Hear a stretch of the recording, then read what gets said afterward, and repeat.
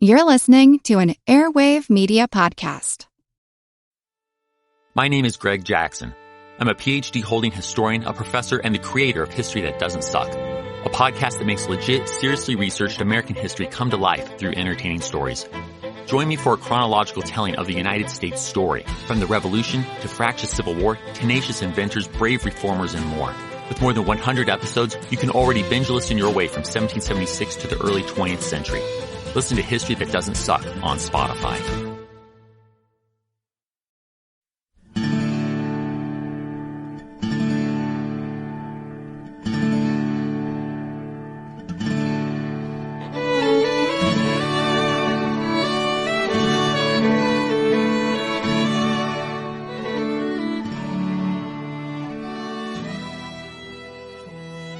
Hey everyone, welcome to the 75th episode of our Civil War podcast. I'm Rich. And I'm Tracy. Hello y'all. Thanks for tuning into the podcast.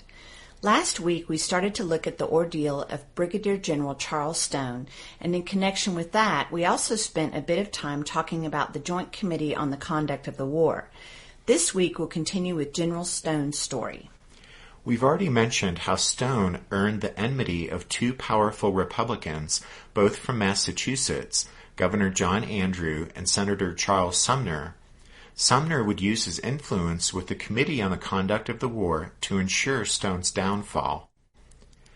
After its creation in December 1861, one of the first items on the committee's agenda was investigating the disastrous federal defeat at Ball's Bluff. The officer most to blame for the debacle, Colonel Edward Baker, had been a sitting U.S. Senator and a personal friend of Abraham Lincoln. Baker was killed during the battle and turned into a martyred hero, so the committee's search for a scapegoat for the defeat settled upon Baker's superior officer, Charles Stone. And so, unfortunately for Charles Stone, the committee's desire to assign blame for Ball's Bluff and Senator Sumner's wish to settle a personal score coalesced, and the result was a travesty of an investigation. Stone never really had a chance. Between December 27, 1861 and February 27, 1862, the committee examined 39 witnesses, few of whom had actually been present at Ball's Bluff. Two of the witnesses were men with personal grudges against Stone. One was an officer who had already been cashiered, and the other was an officer who would be cashiered in May 1862. Although both had been disciplined, quite rightly, by Stone for various offenses against military discipline, the committee nonetheless allowed both men to testify against him. Both men went so far as to question Stone's loyalty to the Union and to claim that he was a secret secessionist. In fact, the committee members asked witnesses leading questions which encouraged them to second-guess Stone's decisions and to question both his competence and loyalty. Not a single witness could give any actual direct evidence of Stone's disloyalty, but Ben Wade and his colleagues on the committee refused to be deterred. Even hearsay testimony was treated as legitimate evidence. The committee members had convinced themselves that the disaster at Ball's Bluff had been no accident, and they only gave weight to evidence that confirmed their suspicions, that blamed the defeat on Stone, and painted a picture of Colonel Baker being a victim not of his own rashness, but of a betrayal by his superior officer. On January 27th, three of the committee's members met with the new Secretary of War, Edwin Stanton, to present the evidence against Stone. The next day, January 28th, Stanton ordered George McClellan to relieve Stone of his command, arrest him, and hold him, quote, in close custody until further orders, end quote. Although there's no record of what transpired during Stanton's meeting with the committee members, it's certainly no coincidence that the very next day, the Secretary of War issued an order for Stone's arrest, even though Ben Wade later claimed the committee had nothing to do with it. At any rate, by this time, McClellan suspected that Stone was merely a surrogate for the committee's real target, himself. But nevertheless, to his credit, McClellan did not immediately carry out Stanton's order. Instead, he went to the committee to argue that Stone be given the chance to answer the charges against him. The committee agreed to the General-in-Chief's request, and Stone appeared before it on January 31st.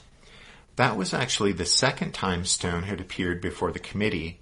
He had first testified on January 5th, but at that appearance he had pretty much only repeated what was already publicly known from his report of the battle. Stone didn't divulge much beyond that because at that time, although McClellan had issued a statement clearing Stone of culpability for the debacle at Ball's Bluff, he also ordered Stone not to reveal anything in his testimony before the committee regarding plans or orders from McClellan's headquarters. This was probably, one, because McClellan didn't want the details of his half-baked plan to capture Leesburg to come to light, and two, because the General-in-Chief no doubt resented the meddling of civilians in the conduct of military operations. Anyway, during Stone's second appearance before the committee on January 31st, he was not permitted to read any testimony or confront any witnesses. Instead, Ben Wade merely summarized the case against him, saying there was evidence, quote, which may be said to impeach you, end quote. Stone could only repeat that the escalation of the fight at Ball's Bluff had been made at Baker's discretion, and that as for Stone's alleged disloyalty, he said, quote, that is one humiliation I had hoped I never should be subjected to, end quote. Stone pointed out that were he a traitor, he could have easily assured the fall of Washington during the dark days of the secession crisis, when he was in charge of the capital's defenses. After Stone's second appearance before the committee, Wade touched base again with Secretary of War Stanton, and Stanton reminded McClellan that the order for Stone's arrest still stood. A week later, when Allen Pinkerton provided McClellan with some further, extremely dubious information regarding Stone's supposed sympathies for the enemy, McClellan seized upon it as a way to resolve the touchy situation without further damage to himself or the Army. That night, February 8th, as Stone returned to his home after a meeting, he was arrested by his old friend, Brigadier General George Sykes, and a squad of soldiers from the 3rd United States Infantry. As Stone approached his house, Sykes greeted him and then said, "Stone, I have now the most disagreeable duty to perform that I ever had. It is to arrest you." When Stone, in utter astonishment, asked why he was being arrested, Sykes replied that he had no idea, but that the order came from General-in-Chief McClellan himself. Sykes allowed Stone to see his wife before taking him to the Provost Marshal headquarters. The next morning, Charles Stone was sent to Fort Lafayette in New York Harbor, where he was to be imprisoned. He was escorted to New York by a lieutenant of the 3rd U.S. Infantry, and through a mix-up in the travel arrangements, Stone actually had to lend the lieutenant money to purchase their tickets. The story of Stone's arrest made headlines. Secretary of War Stanton leaked enough information to the press to leave them no doubt that the affair involved disloyalty. Many Republican papers were exuberant at the news of Stone's arrest, since by that time they believed disloyalty existed in the officer ranks of the Army of the Potomac, and that accounted for the Army's inaction and lack of battlefield success. The New York Daily Tribune proclaimed, quote, "The trumpet has sounded for the advance of our armies, and the knell of traitors within already tolls," end quote. Democratic newspapers, on the other hand, were skeptical of Stone's arrest, sensing a partisan motivation behind the affair. The New York Herald characterized the arrest as a tragedy and suggested the entire case was really aimed at smearing McClellan. Stone's arrest caused a great deal of concern within the Army of the Potomac. George Meade wrote to his wife saying, quote, "I must believe Stone is the victim of political malice and that he will be vindicated," end quote. Another general, Samuel Heintzelman, simply denied that Stone was capable of the disloyalty with which he was charged. In attacking and discrediting Stone and playing the treason card, the Committee on the Conduct of the War certainly caused Union Army officers to wonder if the overly zealous politicians in Washington would resort to the same explanation for every military setback. Indeed, it seemed hard to avoid the conclusion that Stone's arrest and imprisonment were meant to send a message to the Army's officers. Meanwhile, Stone and the lawyers he had employed tried in vain to ascertain the reasons for his imprisonment and the nature of the charges against him. The Articles of War required an officer ordering an arrest to file charges within 8 days, but when that date came and went, and Stone and his counsel requested copies of the charges, they met a blank wall. As the weeks passed, it became increasingly obvious that no one in Washington actually wanted Stone charged and brought to trial. To the Committee on the Conduct of the War and Secretary of War Stanton, it seemed Stone was merely a pawn in a larger game.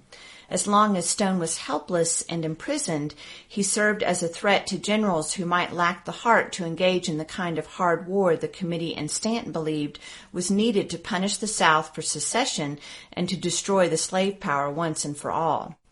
Put quite simply, Stone in prison served as an object lesson for officers like McClellan that they must be subservient to their political overseers. While the politicians appear to have had their own reasons for keeping Stone imprisoned, George McClellan also seems to have had incentive for keeping Stone's case in limbo. McClellan certainly would have been anxious not to expose his own bungling in the Ball's Bluff debacle to the public scrutiny that would have accompanied court-martial proceedings. McClellan almost certainly knew that Charles Stone was no traitor, but for his own reasons, McClellan made no concrete effort toward getting Stone his day in court. Stone's attorneys, thwarted at every turn by an uncooperative War Department, finally enlisted the aid of Democratic Senator James McDougal from California.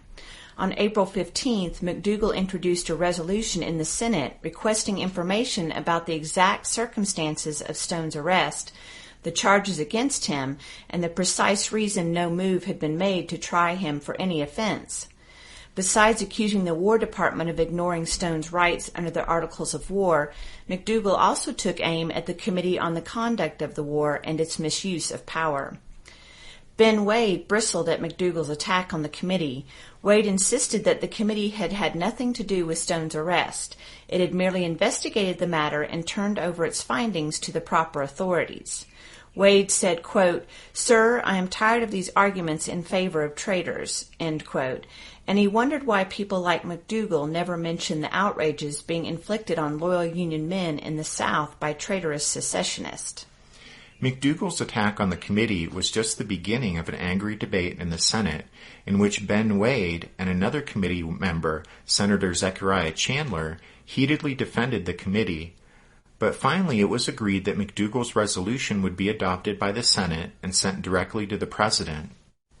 The debate over McDougal's resolution also marked the start of increasing suspicion by Democrats regarding the Committee on the Conduct of the War's motivations.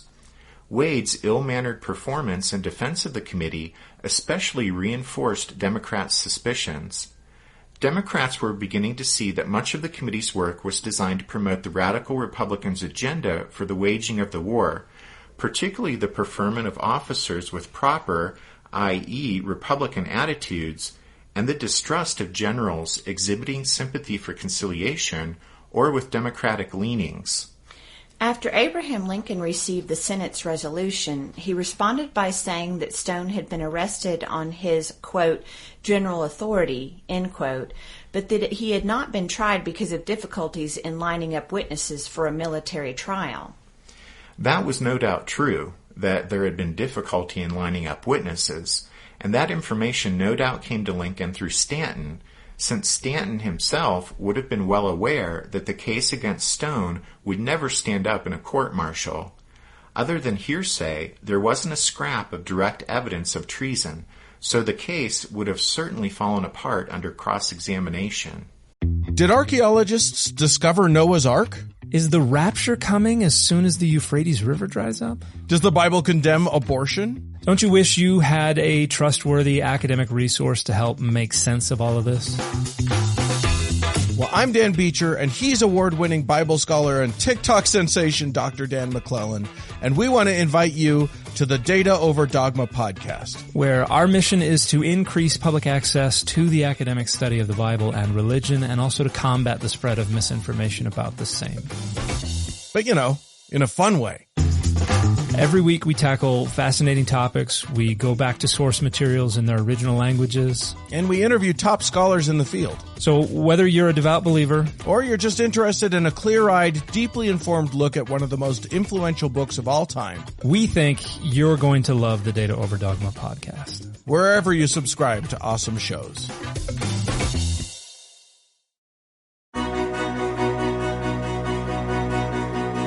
History never says goodbye. It just says, see you later.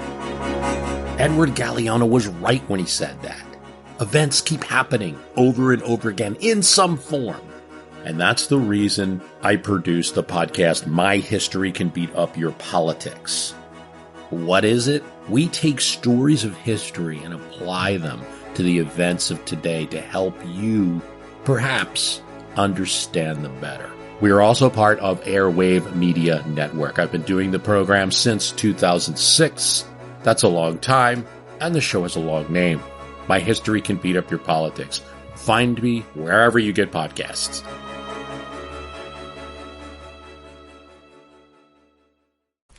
In further commenting on Stone's case, Lincoln promised that charges and a trial would, quote, be furnished to him in due season, end quote. This was also no doubt a talking point that Stanton provided for the president, since it's open to question just how much Lincoln knew about the particulars of the case. Lincoln, by his own admission a few years later, knew little of the circumstances surrounding Stone's arrest, since those events occurred around the same time Willie and Tad Lincoln were gravely ill with typhoid fever. While Tad recovered, Willie died on February 20th, so at the time of Stone's arrest, Lincoln, quite understandably, was overwhelmed with worry and grief, and his judgment was probably affected. He knew Stone from the time Stone planned the defense of Washington and directed the security for Lincoln's inauguration. The president knew that Stone was no traitor, and a single word from him could have freed the beleaguered officer. And yet Lincoln did nothing, as first the weeks and then the months went by, and Stone remained imprisoned. It seems hard to escape the conclusion that while worry and grief may have distracted Lincoln from the details of Stone's arrest, as time went on and Stone remained imprisoned, it seems the president had to have realized that partisan politics were behind the affair, and for his own reasons he was content to let the matter play out. As has been pointed out, it was not Abraham Lincoln's finest hour. In July, Charles Stone finally caught a break when Senator McDougal inserted a section into a pending bill having to do with military pay and compensation. McDougal's insertion concerned officers under arrest. It said that the accused must be told the charges against him within 8 days of arrest, and he was entitled to trial within 30 days. No names were mentioned, but the section contained the key language that it applied to, quote, all persons now under arrest and waiting trial, end quote. By this time, Stone had been imprisoned for 5 long months, and his political value as a pawn and a threat had waned. So with a minimum of fuss, the bill passed both houses of Congress on July 8th, and it was signed into law on July 17th. But Secretary of War Stanton, vindictive to the last, waited the full 30 days to acknowledge the new law, and it was only on August 16, 1862, that he ordered Stone set free. Returning to Washington after 189 days of imprisonment, Stone renewed his call for the charges against him to be made known and for a forum in which to refute them. He went to the White House and met with the president, but according to Stone, Lincoln said, quote, that if he told me all he knew about the matter, he should not tell me much, end quote. The new General-in-Chief, Henry Halleck, also told Stone he knew nothing of the case and couldn't find out anything. Halleck also said he didn't have any orders assigning Stone to duty. In September, after the Union defeat at Second Manassas and the military scene in crisis, McClellan sought to have Stone appointed to command a division of the Army of the Potomac, but Secretary of War Stanton denied the request. And then, early in 1863, Joseph Hooker, the newest commander of the Army of the Potomac, wanted Stone to be his chief of staff, but Stanton said such an appointment was, quote, not considered in the interests of the service, end quote. At last, in late February 1863, more than a year after his arrest, the Committee on the Conduct of the War allowed Charles Stone to read the testimony taken in the Balls Bluff inquiry, and then he was allowed to testify before the committee for the third time. Stone went down the list of allegations, demolishing them one by one, but the committee really wasn't interested in Stone's defense of his ruined reputation. By that point in time, they were much more interested in how his testimony might tarnish George McClellan's reputation, since with the young Napoleon finally gone from high command, his name was already being bandied about by Democrats as their best bet to run against Abraham Lincoln in the 1864 presidential election. So when Stone appeared before the committee for his third and final time, the radical Republican members were merely hoping that Stone's testimony might somehow discredit McClellan and damage Little Mac's political prospects. In May of 1863, Stone was finally allowed to return to the Army, serving with Major General Nathaniel Banks down in the Department of the Gulf. In July, Banks appointed Stone as his chief of staff. Stone served credibly in that position until he was relieved after the ill-fated Red River expedition in April 1864. It seems Banks relieved Stone because of some issues unrelated to Stone's previous problems, but then Stone was stripped of his volunteer brigadier's commission and reverted to his regular Army rank of colonel, and then he was not given a new set of orders for 4 months. And the reduction in rank and the delay in receiving new orders seems to have been the behind-the-scenes trickery of Charles Sumner, the spiteful senator who continued to harbor a grudge against Stone and who boasted to a friend in June 1864 that he was still scheming to scuttle Stone's career. In August of 1864, Ulysses S. Grant, who knew and respected Stone, did give him a brigade in the 5th Corps of the Army of the Potomac, but a month later, Stone, sick in body and broken in spirit, resigned his commission and left the Army. Charles Stone had a remarkable post-war career. In 1870, he became Chief of Staff to the ruler of Egypt, a position he held for 13 years until the British took control of Egypt. And besides Stone, there were actually other former Union and Confederate officers that headed to Egypt after the war for employment. And we'll do an episode sometime, way down the road on the podcast, about those guys who served the Khedive of Egypt, trying to modernize that country's army. It's really a fascinating story. But anyway, after his service in Egypt, Charles Stone returned to the United States and became the chief engineer on the Statue of Liberty project, within sight of where he was imprisoned in New York Harbor. He supervised the construction of the statue's base and pedestal on Bedloe's Island, and then oversaw the actual assembly of the statue, symbolically driving the first and last rivets himself, and serving as Grand Marshal at the dedication ceremony in October 1886.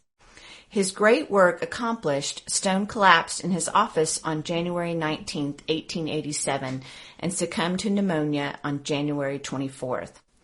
The vindictiveness of Charles Sumner and the callous partisanship of the Committee on the Conduct of the War ruined Stone's Army career, but in the end, Charles Pomeroy Stone was laid to rest at West Point with full military honors. The United States Military Academy today remembers him through its annual Brigadier General Charles P. Stone Memorial Award for Excellence in Arabic Studies. So we didn't get into it, but in the interest of full disclosure, we should point out that Charles Stone didn't have the most agreeable personality in the world, and there were times when he was his own worst enemy. But still, having said that, he was neither inept nor a traitor, and he didn't deserve the persecution he received during the Civil War. Stone's case is instructive in that it shows the dark side of politics, even during the first year of the Civil War, when radical Republicans were content to use Charles Stone as a symbol of what would happen to half-hearted Democratic generals whose conduct became suspect.